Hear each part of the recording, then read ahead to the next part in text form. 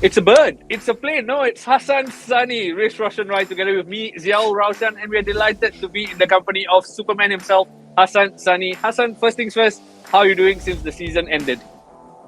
Firstly, thank you guys for having me in the show. I think everything is fine, everything is good. We've been training hard. A big competition coming up, so we, we are in centralized training camp with the team, and yeah, looking forward to the competition.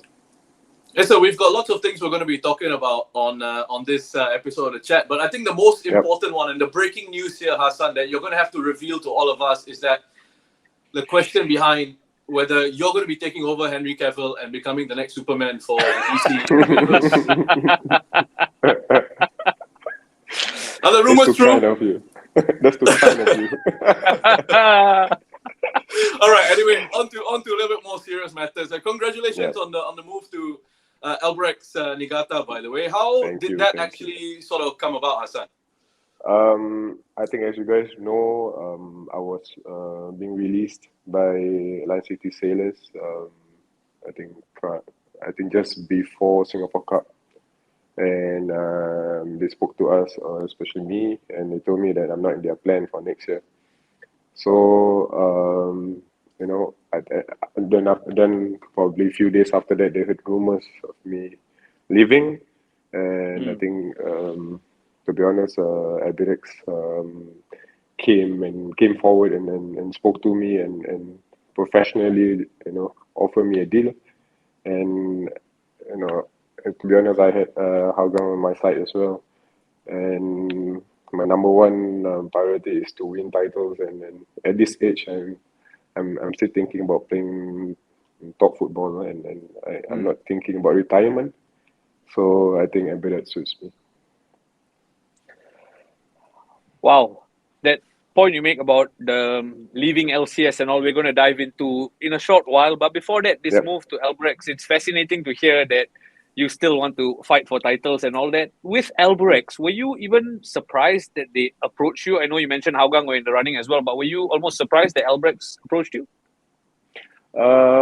Yes, to be honest, but Coach Kazu, when he spoke to me a few years ago, he's always, he's a fan of me, and he always wanted me to win his team, and I think this is the right time that we spoke together, and we said, okay, we should be in the same team, and then he when he spoke to me, he talked to me like a friend rather than a coach. So and then that's why I feel that it's that's a what do you call it, a good relationship down there, and then we feel that we should work together. So yeah. Hassan, tell me this. You spoke to Coach Kazu, right? And during Mm-hmm. his SPL interviews, he's always, never gives us much in terms of answers in his pre-match Yep. interviews and things like that. He's always very Yes. quiet, one, two sentences. How's Yes. his English when he Correct. was talking to you? Is he a little bit more expressive, person to Uh, person? he's very direct. He doesn't speak like a proper sentence. Doesn't put proper English in a proper sentence. But football is a global language. We understand each other easily by talking in football terms. So in a way, I Yeah. understand him and he understands me, and so that's when I feel that it's easy. You see, because not every time you need a translator if you talk about football. Yeah, I think that's good enough, right? That's good enough, right? As long as you all can understand each other and put Yeah. into action what he needs from you on the pitch. Speaking of on the pitch, Albirex have been on top of the Singapore football ladder for quite a while. Yeah. Hassan, why do you think that is? Um, I think down to consistency. So and of course their mental attitude and discipline, of course. There are so many things we can look at and we can learn from them, especially the Japanese players, of course, Coach Mm. Kazu.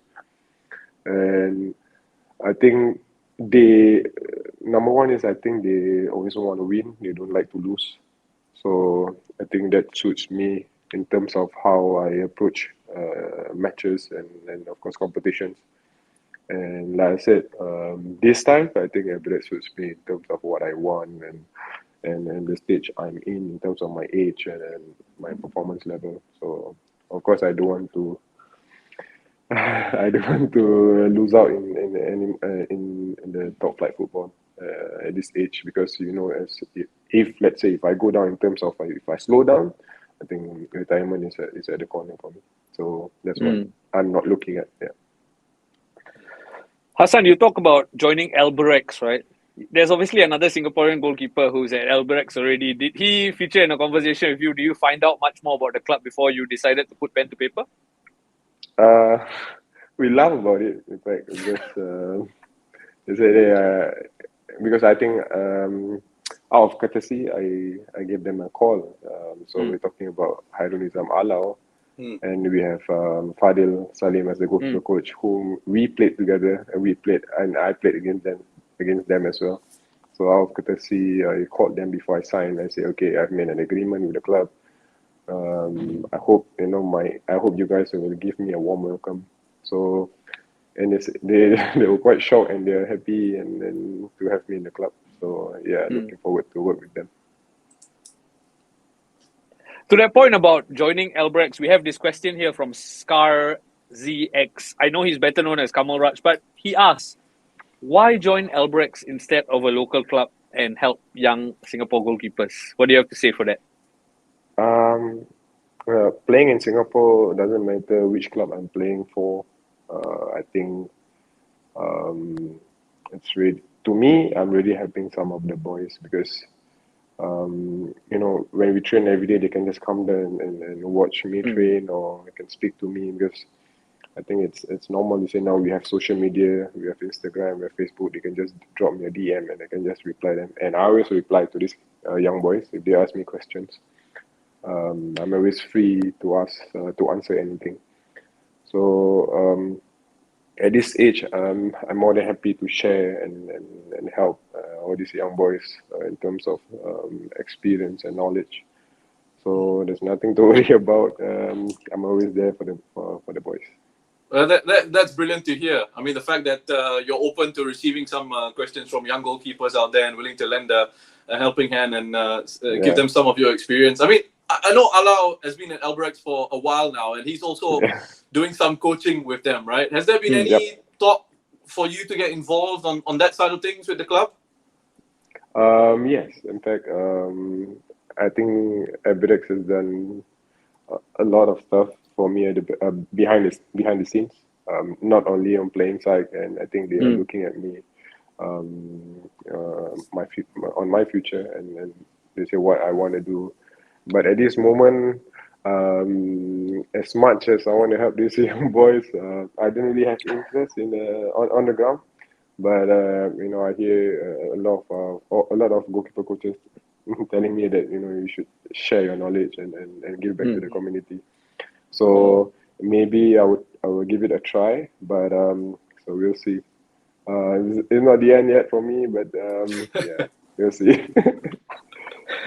For now, Hassan is just focused on playing at the moment. I believe that's what he's trying to say. Yeah. Now, Hassan, you touched on it there earlier when we talked about why Albirex have been so dominant, so good in the SPL, right?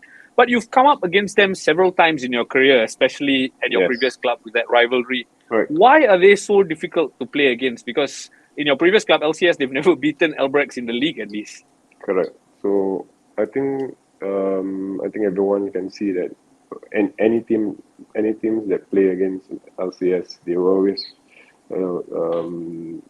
give everything they have, and then it's like they will play like a final, So, and I think it's a good push for us, Lion City Sailors, when we played all these teams, and of course Albirex.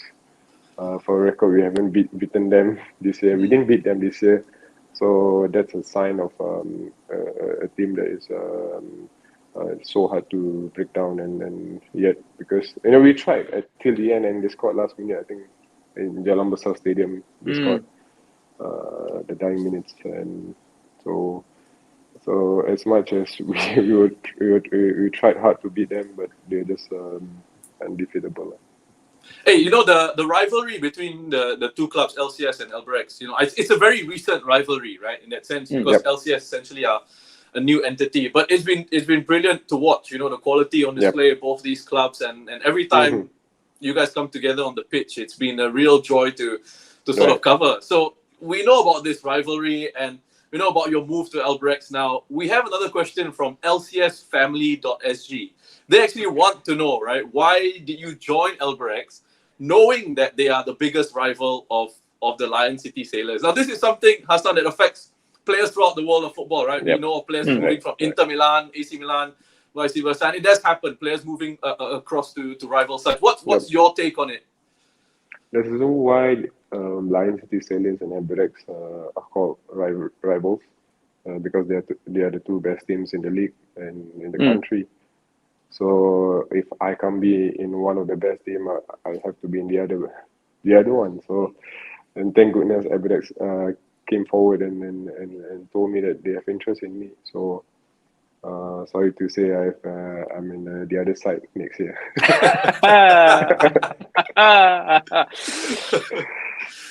Hassan, sorry, I just have a follow-up to that, right? You talk about leaving LCS. That decision to join an immediate rival, almost Albirex, was that because of the rivalry? Because you want to prove a point by joining an immediate rival? Partly yes, but then again, the number one priority is for me is to win titles. I think Albirex has been there for so many years, and when I joined Albirex, I received a lot of messages, even from the ex-Albirex players. I'm not sure whether you remember Issei, Farhan Nakajima, remember? Yeah. He texted me, hey, we wanted you all this while, and now then finally you are there. So I think everyone knows that Albirex has been the best team in Singapore, or if not the top 3 best team in Singapore for so many years. So I'm just thankful and grateful for this opportunity. Well, if you mentioned Issei Nakajima, he was here a long time ago, man. So Albirex have been tracking you for a very, very long time. That means they finally got their man. I mean, look, listen. To me, I was. You kind of hear rumors about what the moves are going to be coming towards the end of an SPL season, right? It's Singapore football circles is small.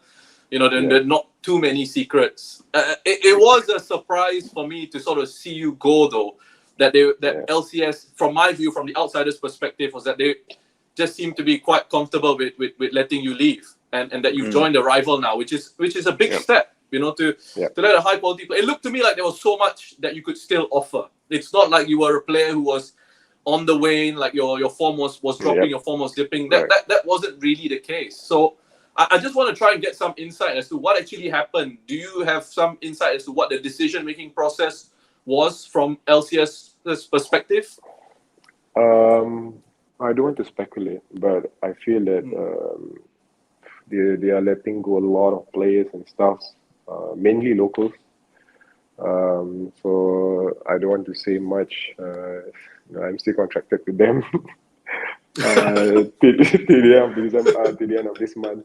So I'm sure they have their reasons why, and for now I'm just looking ahead. I don't want to think about the past.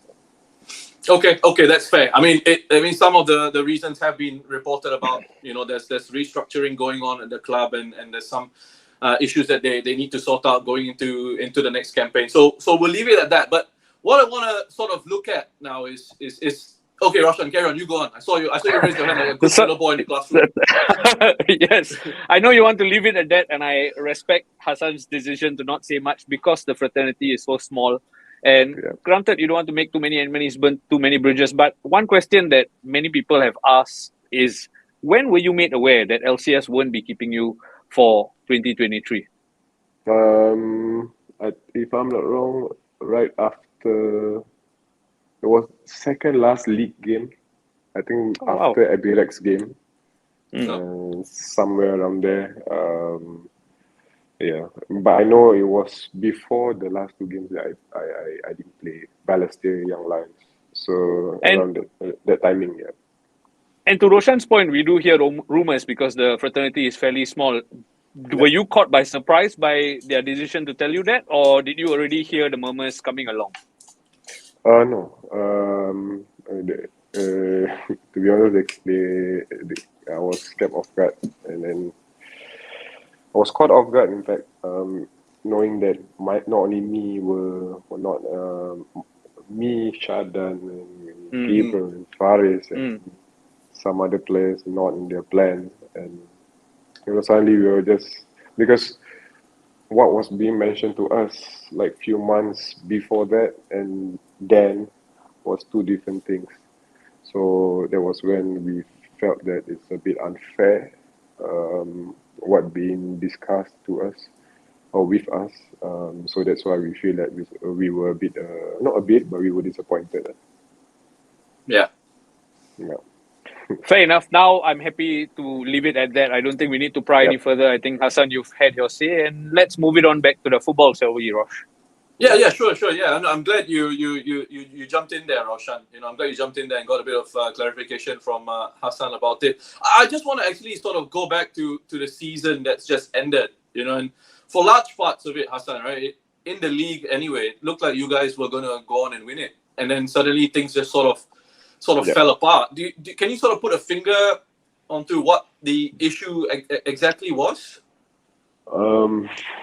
To be honest, during Coach Kim's time, we were doing pretty well. We were leading the league table and everything. We played well in Champions League, Yeah. and we were a good team. We were a professional team.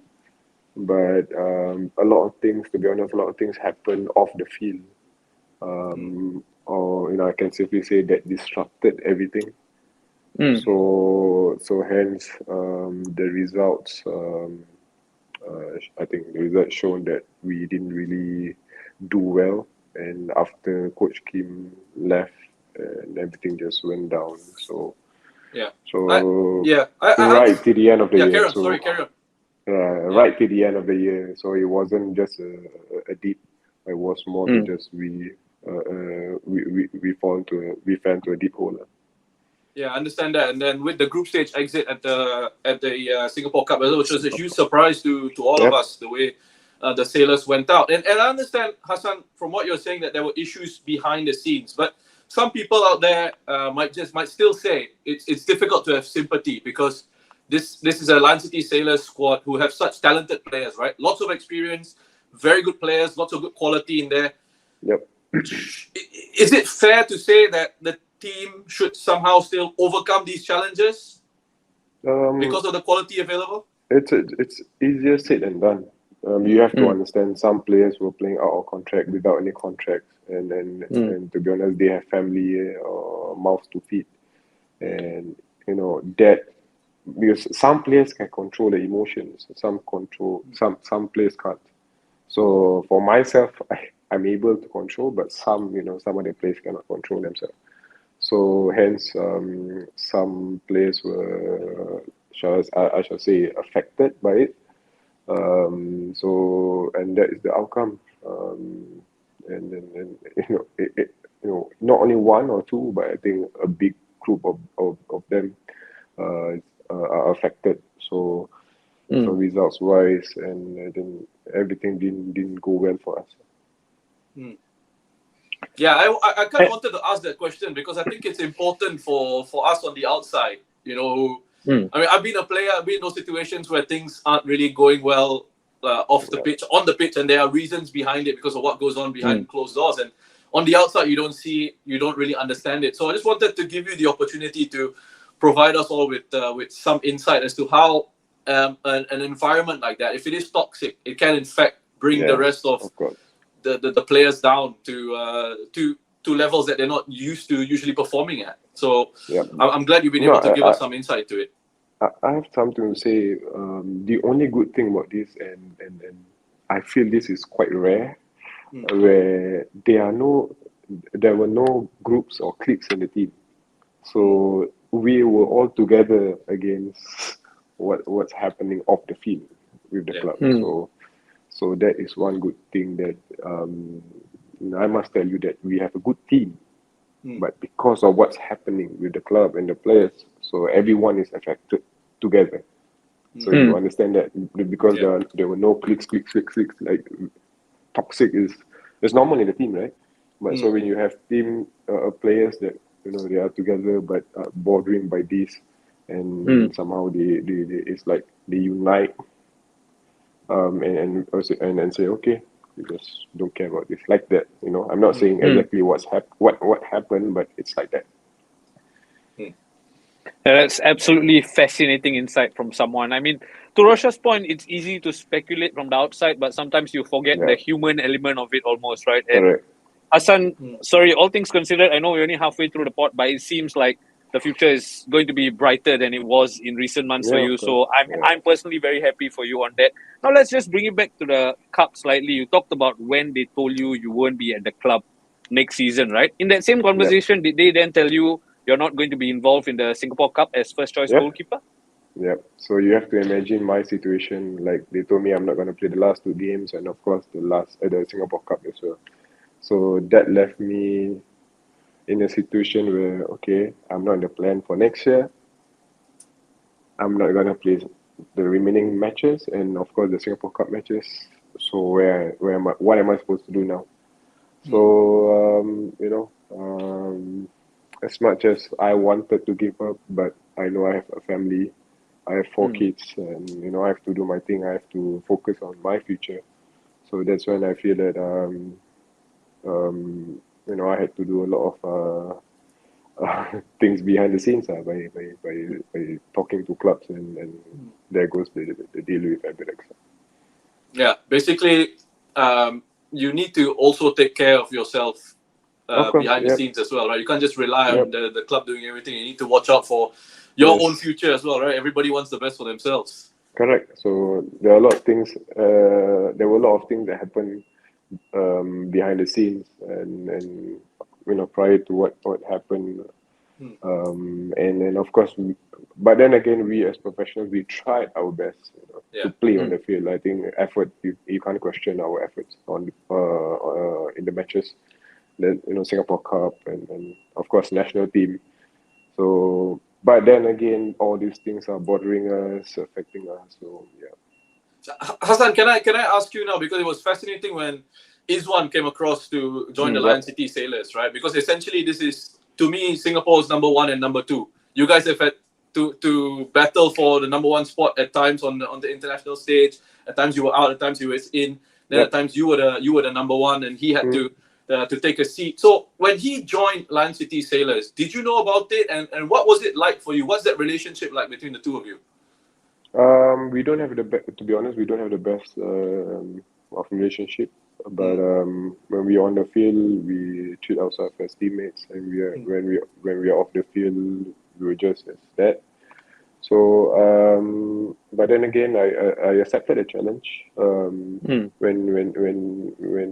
they brought him to the club. But when they brought him to the club, I was like, what, 38 years old, right? We said.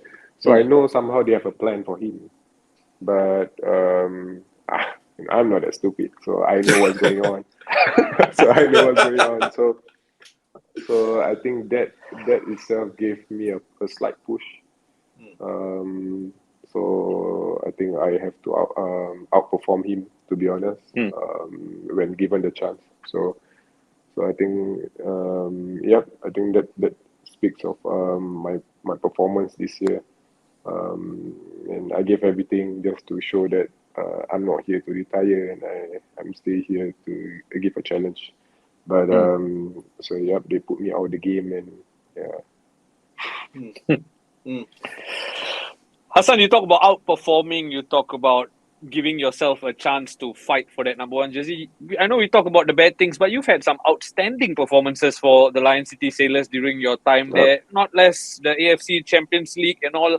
Overall, I know we've discussed the maybe slightly patchy things, but how do you look back on your time at the Sailors?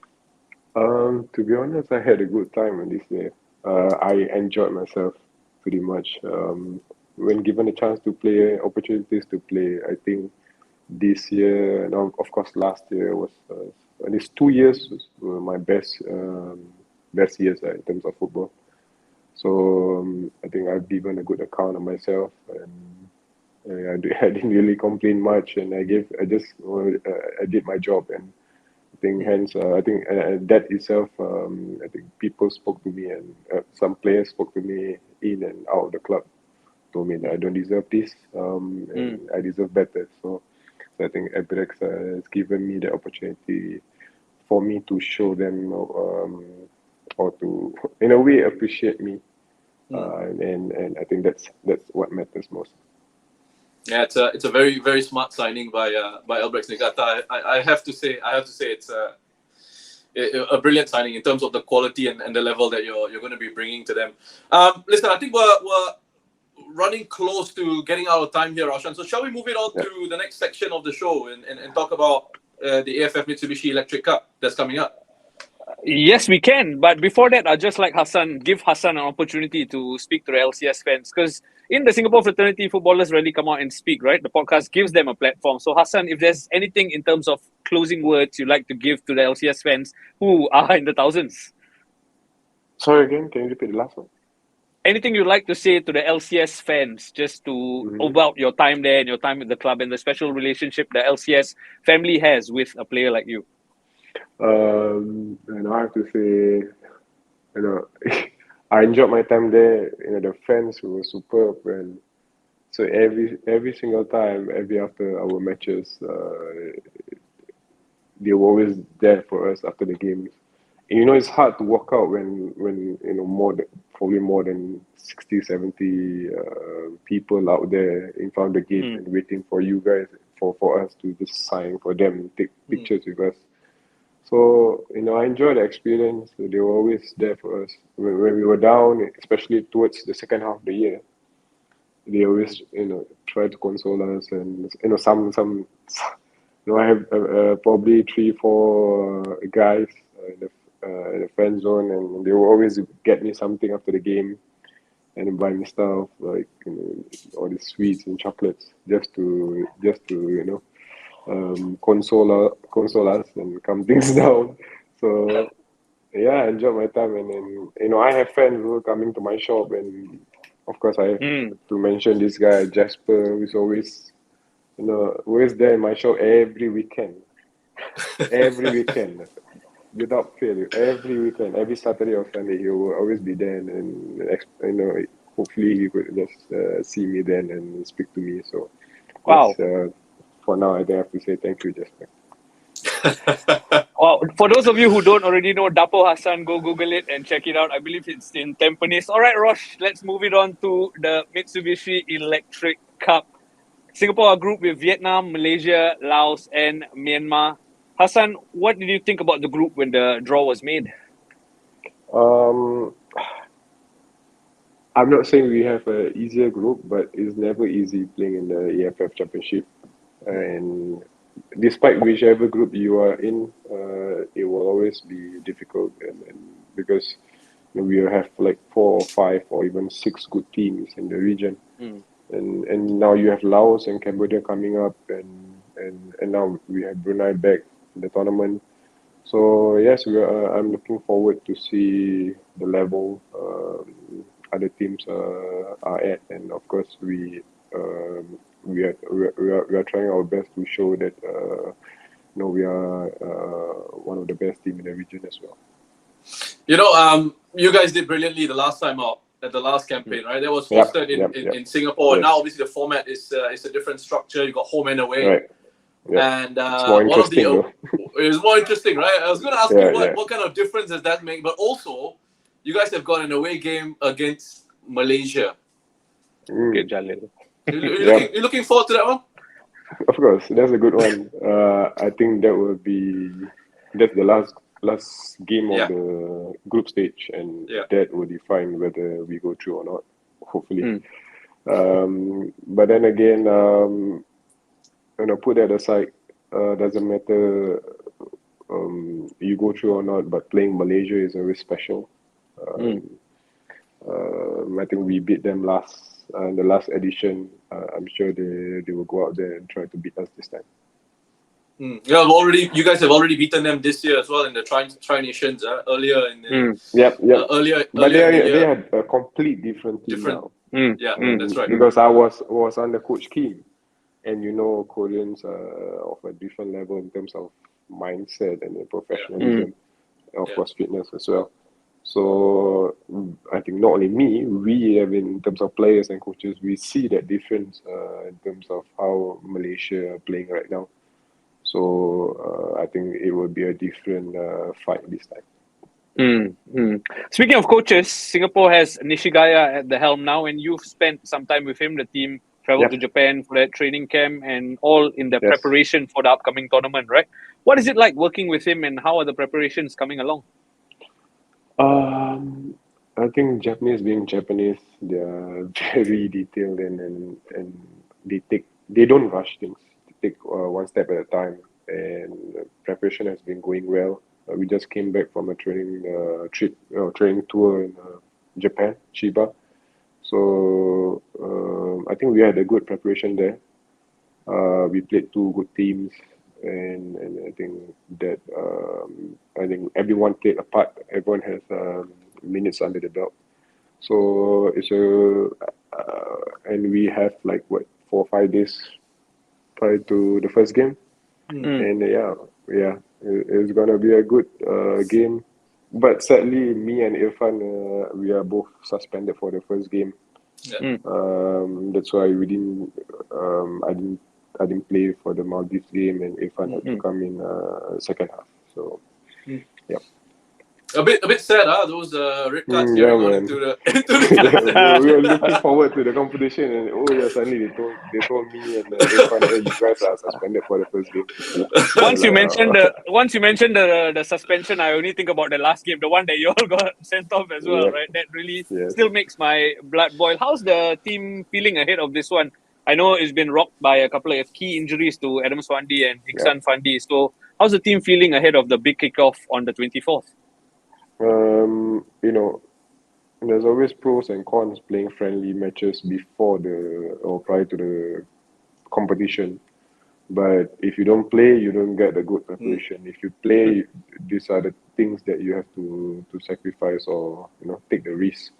So I think losing Iksan and Adam should, of course, huge blow for us. I think Iksan has been performing well being club and being club in country, and of course Adam Swandi. I think he has been great this year with Lions City Sailors, and I think if I'm not wrong, he's supposed to be in the first 11 for this competition.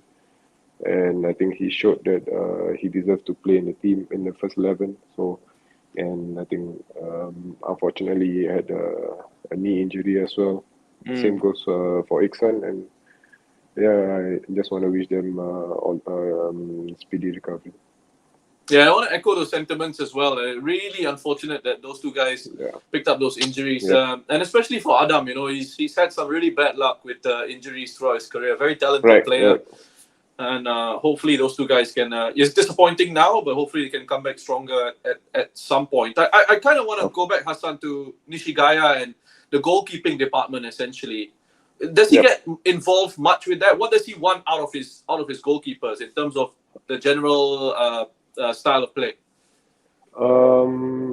It's a bit different. He's a bit different than Tatsuma. But I think if you want to compare, but if you want to find similarities, they want goalkeepers who can command and take control of the game, because coach can only coach from the outside, So we goalkeepers can see everything from the back. So it's like we are coaching the team when we are in the match. So that's when I feel that Coach Nishigaya and even Coach Tatsuma demands a lot in terms of from goalkeepers, in terms of commanding and take control of the team. That's excellent insight to know, Roshan. That was a good question in terms of how much Nishigaya wants in terms of the goalkeepers, right? Hassan, you've been in Suzuki Cup squads before, previous editions of this ASEAN tournament. Yeah. How do you rate this current Singapore iteration, this current Singapore squad, and how long do you think Singapore can go into this competition? We have interesting players this time around. I have to identify Ilhan as one smart player. I think the last one, the last young player who turned up well was Iksan, right? So now we have Ilhan. So hopefully Ilhan, now that Iksan is not in the team, and we have to put a lot of pressure on Ilhan then. So we hope that Ilhan can perform in this tournament and give us goals, of course. So, and to the rest of the players as well. I think this team is different. Uh, we might not have quality, not say quality, but we might not have that kind of quality, but we have we have the determination.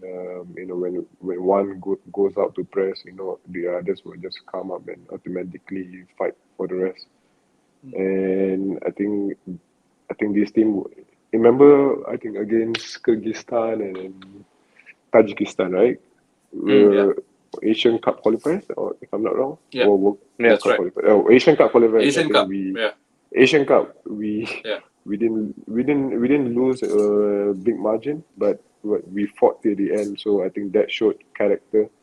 So same goes to this time. I think we have a lot of character in the team. So I think we need that when you play against Malaysia away.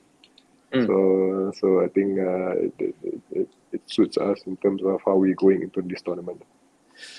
Hassan, I just want to, before we let you off the hook and go towards a bit more lighthearted stuff towards the end of this chat, I just want to wish you and all the Singapore side all the very best at the upcoming AFF Thank you, Mitsubishi thank you. Electric Cup. We're going to be watching on, and you guys are going to have our support for sure. So just want to wish you all the best of luck with that. Thank you guys. And for the listeners, if you're viewing, now's a good time to comment and wish Team Singapore good luck as well. Let's move it on slightly to something a bit light-hearted. Hassan, we have a fan question from this account called A Lonely Lonely Me, and they are asking, how do you feel being called Superman? I know, they just call me names, man. They just call me names. So I don't call myself that, but it's nice to hear from all these people and saying good things about you. So I have to keep my feet on the ground and just do my work on the field, and if it's good, then if it's good, compliments, I just have to take it. Any idea where this name came from? I think it was when I was in Thailand, I guess. Yeah, it was when I was in Thailand. When you make a good save, in Thailand they call it super save. So it's always super save, every now and then. So that's when they came out with Superman. Okay, so speaking of your time in Thailand, right? You had a couple of spells with Army United. I'm not going to ask you what did you learn, because you've learned quite a lot, and you've touched on that previously as well. I kind of want to throw to you this question from another fan. It's called Singapore Football Fans. It's an account called Singapore Football Fans. They want to know if you had any offers beyond Southeast Asia, and if yes, why did it not materialize? No, never. No, never. It's always it's not that easy. Sometimes we have to understand that if we are good in this level, there are always better players out there.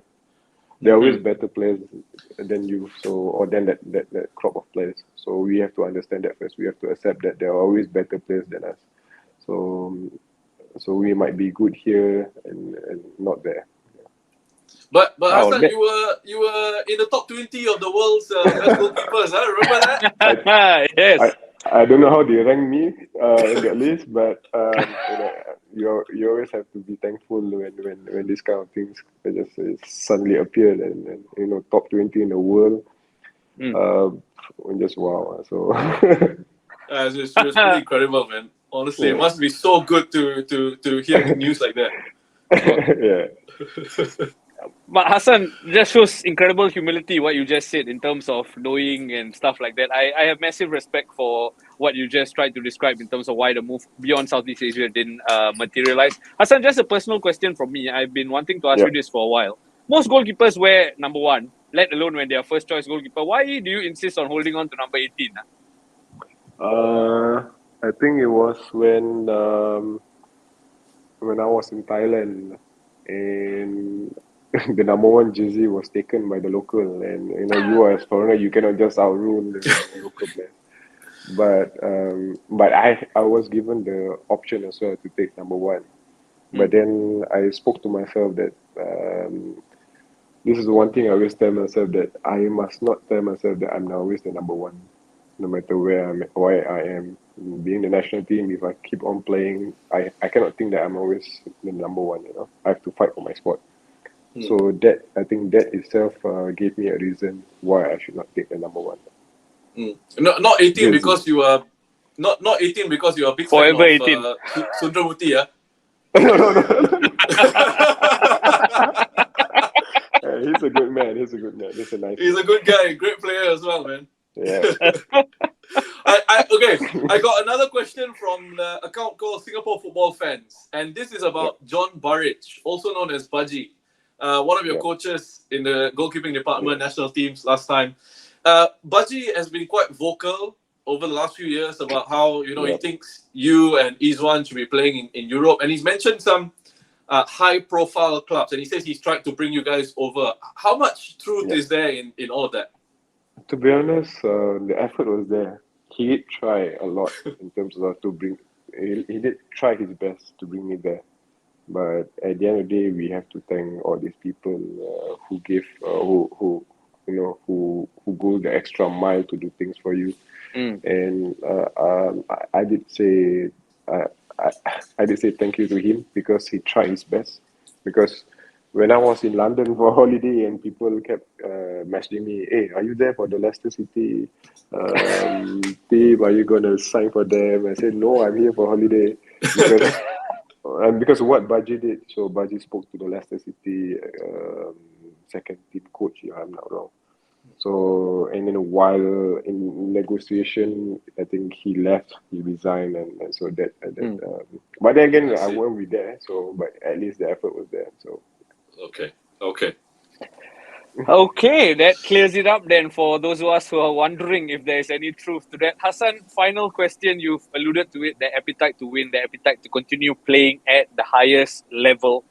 How long do you think you'll keep playing at the highest level? I have 2 seasons with Albirex, and I will go further, hopefully, if my body allows me to. But then again, I will play as long as I can. And we'll leave it at that, I think. Roshan, anything else to ask? No, I think that's it. I think that's a perfect way to end things. Hassan, looking forward to seeing you continue on for as long as you possibly can. And again, just want to reiterate all the best to you in your career going forward, and all the best to Team Singapore at the upcoming AFF Mitsubishi Electric Cup. Thank you, guys. Thank you. Thank you so much, Hassan. It's been fascinating speaking to you. Listeners, we hope you enjoyed that one. Do like, share, and subscribe. It's good stuff. I'm going to keep it coming your way. See you on the next episode.